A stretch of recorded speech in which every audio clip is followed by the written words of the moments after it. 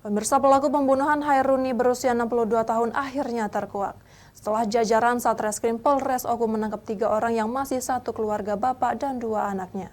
Motifnya hanya karena sengketa lahan kebun. Iya, alhamdulillah, Ira, sia-sia. Penangkapan pelaku terakhir kasus pembunuhan di Kecamatan Kedaton, Peninjauan Raya, Kabupaten Agan Komering Ulu, Ida Arika, diciduk jajaran Satreskrim Polsek Peninjauan Oku setelah buron beberapa hari. Pelaku ditangkap saat bersembunyi di kebun. Sebelumnya polisi telah menangkap 2 orang pelaku Muzili serta Ria Azman. Keduanya merupakan bapak dan anak yang merupakan tetangga korban di Desa Kedaton. Kedua pelaku ditangkap berkat saksi yang melihat sebelum kejadian terjadi cekcok antara korban dan pelaku.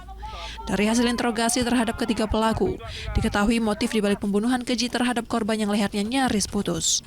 Ketiga pelaku, ayah dan kedua anaknya tersebut diamankan setelah polisi mendapatkan cukup bukti-bukti untuk menangkap ketiga pelaku.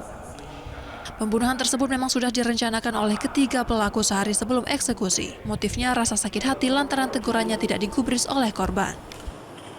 Motif dari perbuatan ini adalah karena sakit hati, yang mana tersangka M sudah menegur beberapa kali dalam pengakuannya, yaitu 2 kali menegur kepada korban terkait dengan untuk tidak mengambil ikan di lokasi genangan air Sungai Mati yang ada di lahan miliknya, namun tidak diindahkan, sehingga dia bercerita kepada kedua anaknya, yaitu tersangka RZ dan juga EA, sehingga muncul niat untuk membereskan di esok harinya.